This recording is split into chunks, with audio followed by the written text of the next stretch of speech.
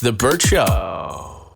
Time to get buzzed on the hot goss from Hollywood with Abby. It's the Bert Show's entertainment buzz. TikTok is one step closer to getting ousted from the United States. So yesterday, the House overwhelmingly passed a measure to have TikTok split from its parent company. So basically, they have about 6 months to get rid of all of their U.S. assets or they will be banned.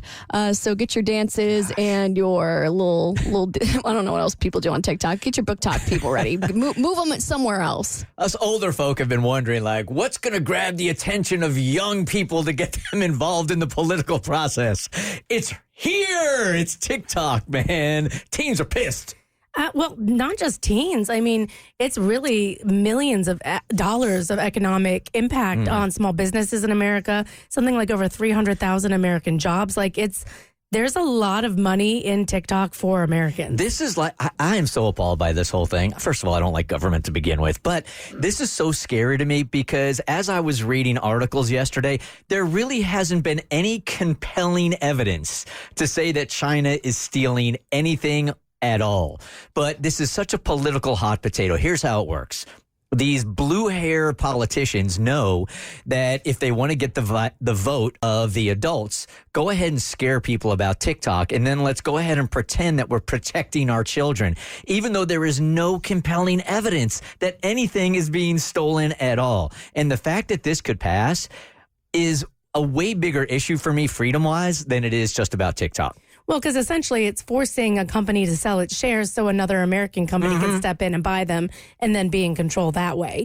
And it just feels like when you look at it in that light, it feels shady, especially without if there were compelling evidence, it would be a completely different story. But there's not. TikTok's based in Singapore. The U.S. data is stored in Texas.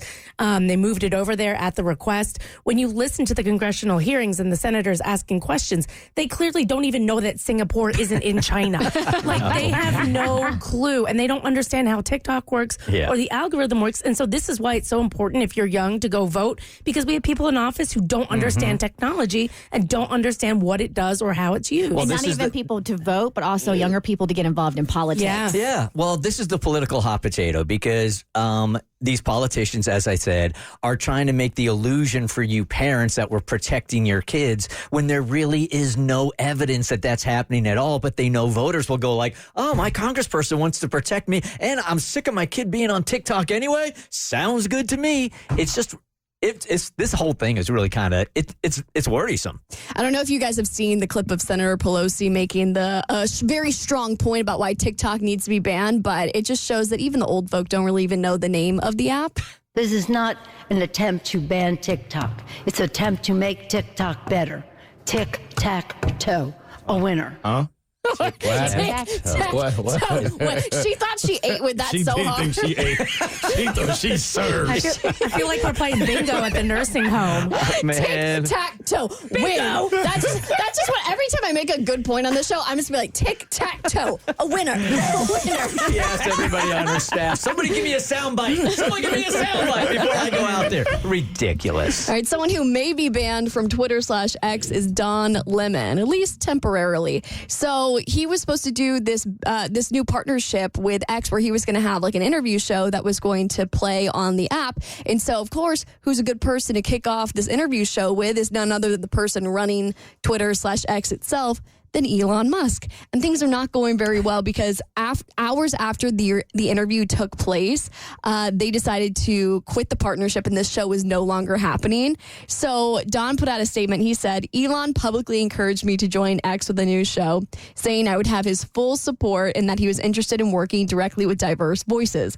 Obviously, this did not go well. It was a 90-minute sit down where he asked questions like, what's his relationship like with Donald Trump? He talked about his use of ketamine, to which he had an explanation for. He was like, well, I have a prescription for it. But the most interesting thing that came out of this was Don Lemon asked Elon about the rise in hate speech with X. And he's like, do you feel like you and the company have a responsibility to moderate hateful content? And Elon's response to that was, I don't have to answer questions from reporters, Don. The only reason I'm doing this interview is because you're on the X platform and you asked for it. Otherwise, I would not do this interview.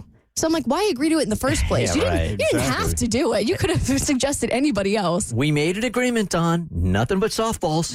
And this is not a softball. Why can't we just talk about TikTok and funny memes that are on Twitter? But yeah, so that you don't expect to see Don Lemon on the X platform anymore. He hasn't been banned, but I wouldn't be surprised if it happens. All right, this reality star says her baby daddy isn't in the picture. And you know what? She's really happy about it. I'll tell you why in your next E-Buzz on The Bert Show. The Bert Show.